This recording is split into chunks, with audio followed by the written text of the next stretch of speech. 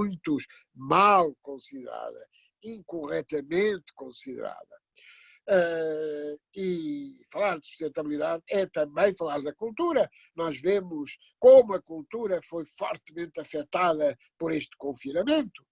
Ora bem, e o que é que somos chamados a fazer neste contrato social? Em primeiro lugar, compreender a própria complexidade da sustentabilidade. A necessidade de contrapormos à fragmentação a coesão, de garantirmos confiança, e confiança baseada na atenção e no cuidado. Atenção aos outros, atenção às novas gerações, atenção aos recursos que destruímos e que muitas vezes não podemos voltar a reconstituir, e é por isso que esta crise não é uma crise igual às outras. Esta crise é uma crise que corresponde a um alerta, um forte alerta. É o vírus, neste momento é o vírus, mas esse alerta também é para a destruição irreversível do meio ambiente, para as consequências do aquecimento global. Nós temos o vírus, sabemos como o dilema entre a saúde e a economia estão bem presentes, mas esse dilema por-se-á também na sustentabilidade ambiental, esse dilema por-se-á também relativamente à necessidade que temos de encarar a economia como algo que tem que ser centrado nas pessoas, tem que ser centrado na própria existência, na vida da sociedade, garantindo liberdade e igualdade, igualdade e diferença, coesão social e económica, sustentabilidade política, económica, social, cultural, ambiental. As lições da pandemia, pois, têm a ver com a tomada de consciência das carências essenciais. Repararam que nós agora estamos aqui a usar as novas tecnologias.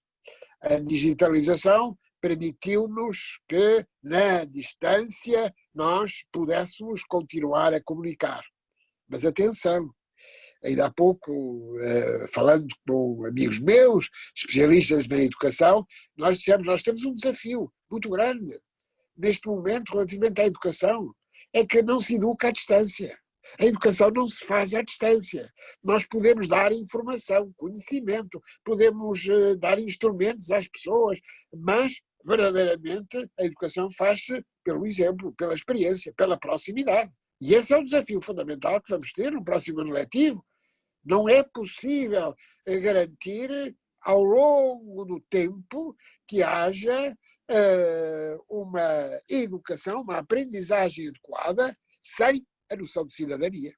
E a noção de cidadania obriga a que nós nos compreendamos. Nós não precisamos, de facto, de apertar as mãos, nós não precisamos, mas precisamos sim, olhos nos olhos, de transmitir o conhecimento, de transformar a informação em conhecimento, entendendo aquilo que T.S. Eliot, num poema extraordinário que todos conhecem, certamente, dizia: quanto conhecimento perdemos na informação, quanta sabedoria perdemos no conhecimento. Afinal, é indispensável percebermos que hoje esta crise, quando muitas vezes se diz, bom, vai tudo voltar à mesma, não vai, não vai. E seria mau que voltasse. Porque a questão não se trata com uma vacina. Oxalá que a vacina venha e rapidamente, porque pode criar melhores condições de confiança entre as pessoas. Mas temos que ter consciência da fragilidade, da grande fragilidade que temos, que as nossas economias estão frágeis, assentes em pés de barro. E por isso é indispensável, naturalmente, percebermos que há ameaças, o pequeno vírus está a ameaçar-nos, mas há outras ameaças que estão presentes e que naturalmente não podemos esquecer. Afinal, e é a última palavra que dou agora, antes de vos ouvir e antes de trocarmos algumas impressões, porque eu depois terei que sair às 6, mas a dizer-vos que, afinal, o que tem mais valor é aquilo que não tem preço. E sendo aquilo que não tem preço, é exatamente aquilo que corresponde à essência da vida económica e social. E essa essência da vida económica e social, quando falamos do New Deal verde, quando falamos da necessidade de compreensão exatamente desses novos desafios perante os quais nos encontramos, que reduzam as desigualdades, que assegurem a tal justiça e que assegurem a tal legitimidade do exercício, tudo isso vai obrigar-nos a sermos mais atentos relativamente a quem precisa de nós, mais atentos relativamente à capacidade de resposta. Resposta como contrapartida natural da cidadania.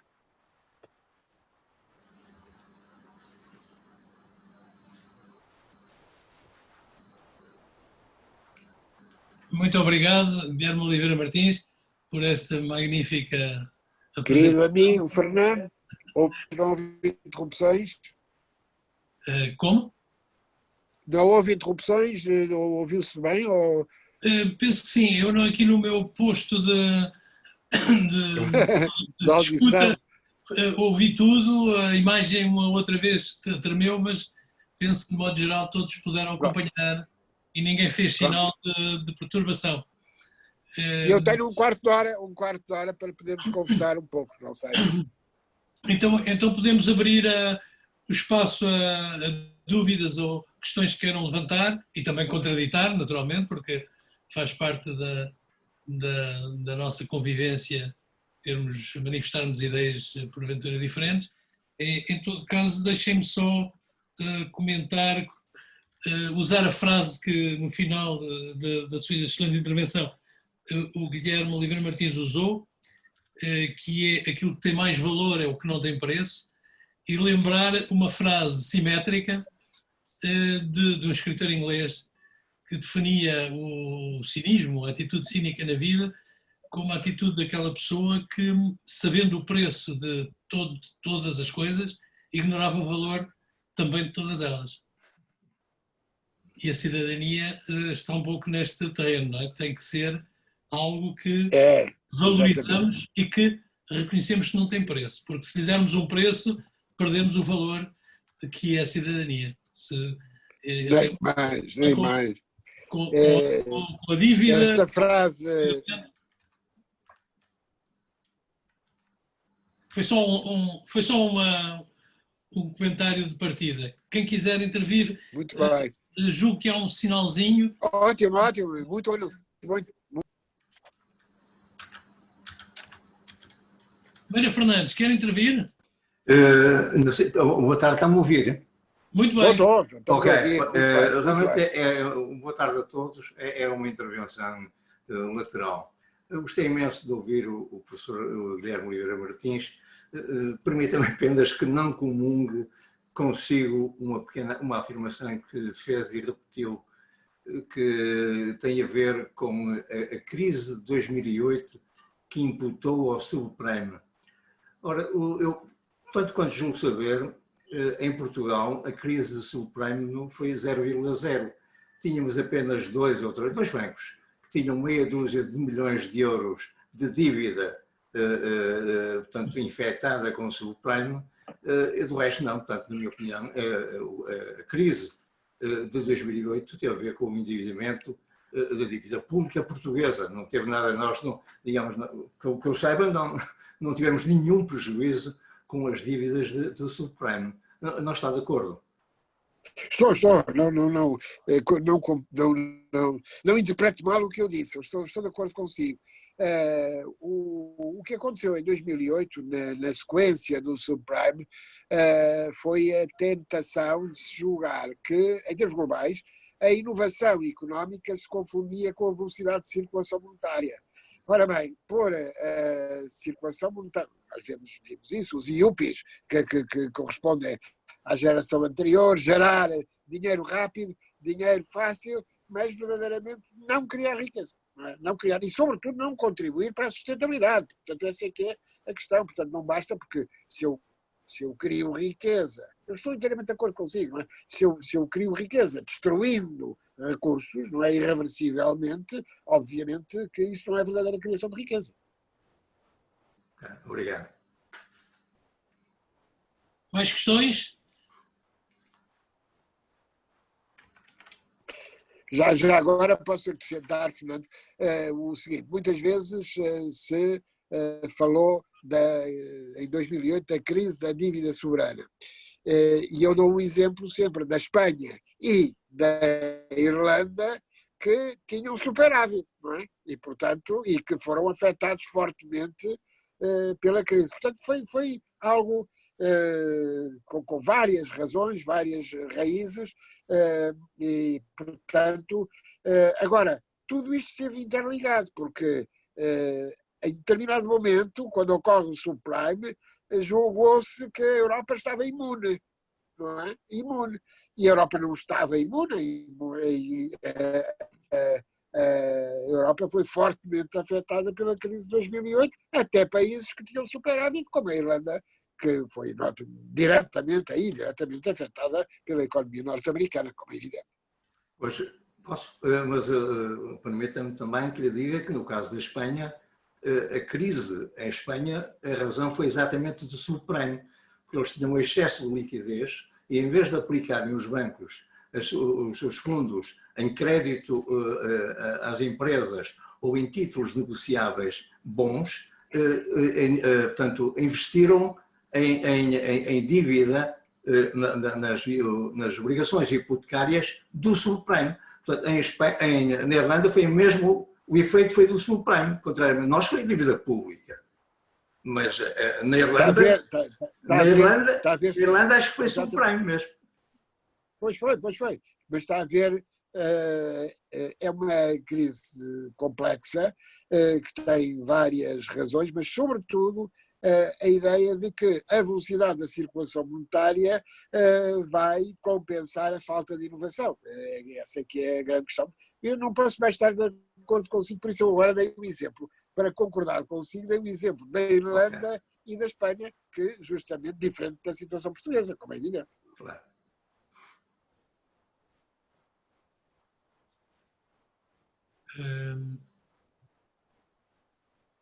Aguardemos se houver mais alguma questão.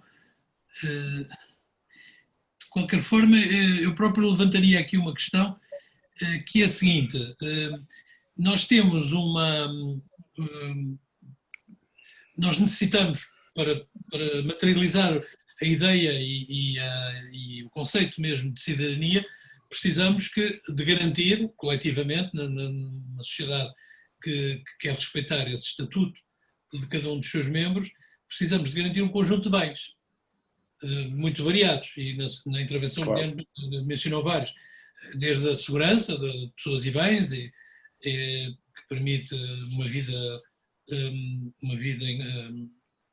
com condições para cada um de nós escolher e concretizar os seus projetos, até outro tipo de bens, como sejam, por exemplo, a educação, ou a segurança social, ou os cuidados de saúde, e todos eles são diferentes uns dos outros, têm natureza diferente, até do ponto de vista económico, mas há uma questão que se costuma colocar com muita força, que é se não é preferível transferir todos os bens que, de alguma maneira, consideramos essenciais para materializar a ideia contemporânea de cidadania, com todas estas facetas que foram referidas, se não devemos transferir a sua produção, ou pelo menos o controle absoluto da sua oferta, para o Estado.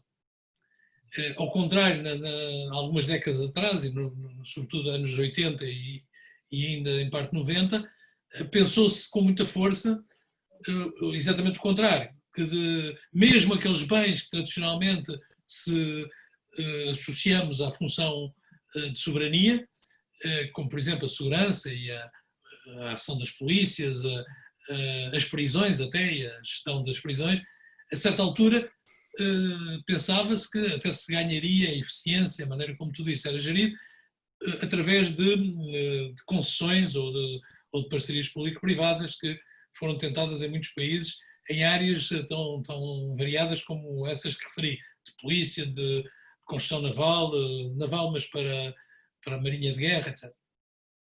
Será que hoje em dia, é a minha pergunta concreta, pode haver uma ideia mais clara dos equilíbrios e de qual a função respectiva do Estado e dos agentes económicos privados, que também naturalmente têm algum papel, certamente, em proporcionar uma oferta de certos bens essenciais para a cidadania, ou até um setor que nos toca muito, e muitas pessoas que estão aqui presentes têm uma experiência direta, que é o setor social.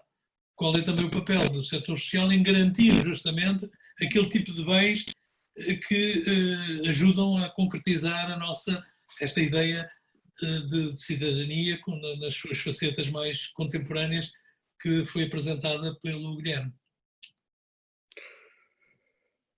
Respostas simples não pode haver, porque realmente nós somos do tempo, na reconstrução depois da guerra, em que o Carlos Schiller dizia: o mercado tanto quanto possível, o Estado tanto quanto necessário, não é?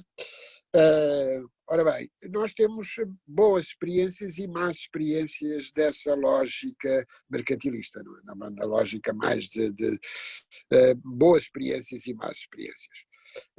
E hoje, um conjunto significativo na Europa e nos Estados Unidos, na vida académica, jovens investigadores introduzem um elemento da justiça complexa e o elemento exatamente de encontrarmos em 3 áreas que já foram aqui referidas, que é o estatal, o social e o privado, mas é necessário que haja uma complementaridade relativamente a isto, não é? Designadamente quando vemos as questões ligadas à sustentabilidade. Um dos casos curiosos, quando isto se começou a pensar, que era o caso da segurança, não é? Em que nós dizíamos, bom, as polícias, pois, em princípio, é o Estado. Nós hoje sabemos que a segurança tem uma complexidade que pode ser do Estado, lembramos do Weber, que dizia, portanto, que era o Estado que tinha naturalmente o monopólio relativamente à gestão da violência para a orientar positivamente, para garantir que ela pudesse ser posta ao serviço de todos. Portanto, eu penso que as soluções simplistas e as receitas são altamente inconvenientes. Portanto, é indispensável quando, nos anos 70 do século passado, o John Rawls escreveu a sua teoria da justiça e deu-nos uma resposta semelhante àquela que era o contrato social europeu social-democrata. Michael Walzer, em Princeton, introduziu um novo fator, que era o fator da justiça complexa. E esta noção de justiça complexa envolvia respostas diferentes. É a razão pela qual eu, por exemplo, relativamente à educação, eu digo, atenção, sistema público de educação é termos uma rede que se oriente para todos, mas não necessariamente uma rede do Estado. O público e o estatal não são sinónimos. O público e o estatal não são sinónimos. O público tem que ser o primado do interesse geral, não é?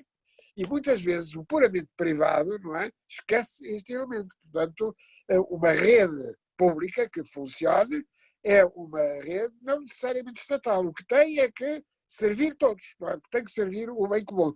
É só para dizer, Marina Mazzucato tem investigado muito sobre a questão do papel do Estado, em que ela diz, atenção, temos que regressar ao papel do Estado em alguns domínios, não apenas a mera regulação, em alguns domínios.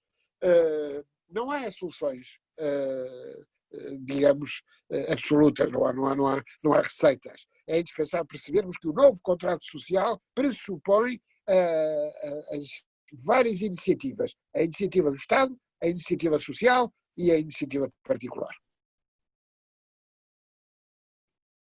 Eu tenho 2 minutos, Fernando.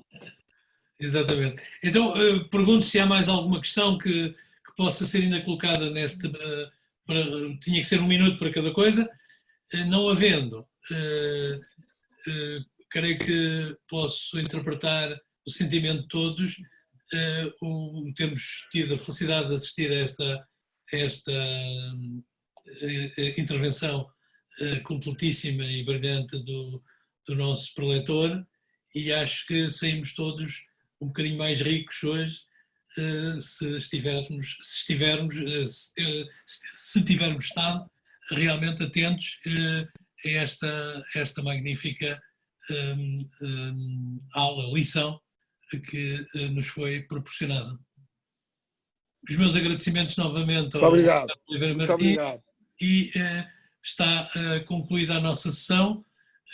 O Guilherme, sei que tem compromissos pessoais fortes, peço-lhe o favor de se retirar assim que entenda. De qualquer maneira, relativamente aos restantes participantes, se alguém quiser colocar mais alguma questão, não dirigida ao professor Oliveira Martins, mas de interesse, que julgo de interesse geral, podemos aproveitar estes minutos, senão também podemos dar por concluída este primeiro convívio. Nós voltaremos a encontrar-nos, espero que todos e mais alguns que hoje não vieram, na segunda-feira, à mesma hora, 17 horas. Segunda-feira e os dias seguintes teremos 2 sessões por dia, portanto, com mudança de preletor e de tema, como terão visto no programa. Creio que temos preletores de elevadíssima qualidade, sem dúvida, com pessoas normalmente muito reconhecidas nas suas áreas de intervenção profissional, de técnica e científica, e portanto, vão-nos proporcionar certamente sessões de muito interesse e de muito alcance, e que eu espero que sejam realmente úteis para a reflexão que cada um de nós está a fazer, com certeza, e todos os que se inscreveram aqui certamente a estão a fazer, porque senão não se dariam sequer ao trabalho de se inscrever, e agradecer também a todos esta disponibilidade para participarem num curso livre que realmente procura tocar um conjunto de problemas que todos vivemos, mas que não se pretende dar aqui nenhuma resposta definitiva. Se estiverem de acordo... Muito obrigada. De acordo, mas segunda-feira eu tenho na agenda 18h30, não tenho 17. Tem toda a razão. Também que levantei essa questão, peço desculpa, porque estava a pensar no primeiro calendário, não é de vosso conhecimento, em que nós tínhamos apontado para começar só no dia 20, com esta aula do professor Oliveira Martins, mas ele, por uma razão profissional, porque na segunda-feira, segundo ele me explicou na altura, é o dia do fundador da Fundação Carlos Gulbenkian, onde ele é atualmente administrador, como se saberão. Portanto, é um dia que tem uma série de eventos associados de evocação da figura do fundador, e portanto era-lhe impossível. E então reorganizámos o calendário, mas para não estar a tocar, a alterar os outros, dado que todos os oradores são pessoas com muitos compromissos, optámos por termos uma sessão hoje e só uma também na segunda-feira. Muito obrigado por ter alertado e corrigido este meu lapso. Quem é que falou? Foi a... Catarina Ferreira. Minha ex-colega do Conselho Consultivo. Exatamente, da Segurança Social. Mas agora está na Câmara de Lisboa, não é? Agora já estou na Santa Casa da Misericórdia. Na Santa Casa, ótimo. Voltei à economia social. E espero que faça um bom trabalho aí. Muito obrigada. Então, nesta conjuntura, bem precisamos desse. É verdade, é verdade. Têm sido estruturas de primeira linha, esta da economia social, nesta crise pandémica, tem sido absolutamente essencial e daí prova mais uma vez a necessidade de um Estado social com uma forte componente de empresas do terceiro setor da economia social são extremamente necessárias. Sim. Aliás, ficou provado, não desvalorizando nunca, claro, os privados também, como é óbvio, mas que o grande parceiro do nosso Estado Social nesta pandemia, que foi as empresas de economia social, não tenho dúvidas nenhumas. Nos lares, nas casas de acolhimento, no servir as refeições, no cuidar dos mais desprotegidos, no dar habitação aos imigrantes, aos refugiados, foi um trabalho, e continua a ser, não é? Continuamos, foi um trabalho extremamente valorizado pelo próprio Estado Central, não é? Que sozinho não chegaria nunca ao terreno. E daí...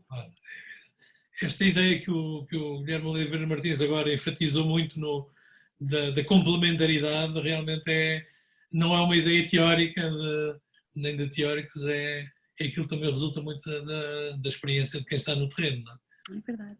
Não pode ser só um parceiro a fazer tudo. Sem dúvida. Seja o Estado. Sem dúvida. Muito bem, então muito obrigado mais uma vez. Se não houver mais nada, eu darei por finalizada esta sessão. Bom fim de semana.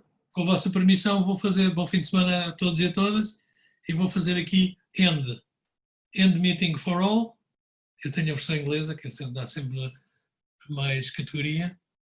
E muito obrigado, uma vez mais.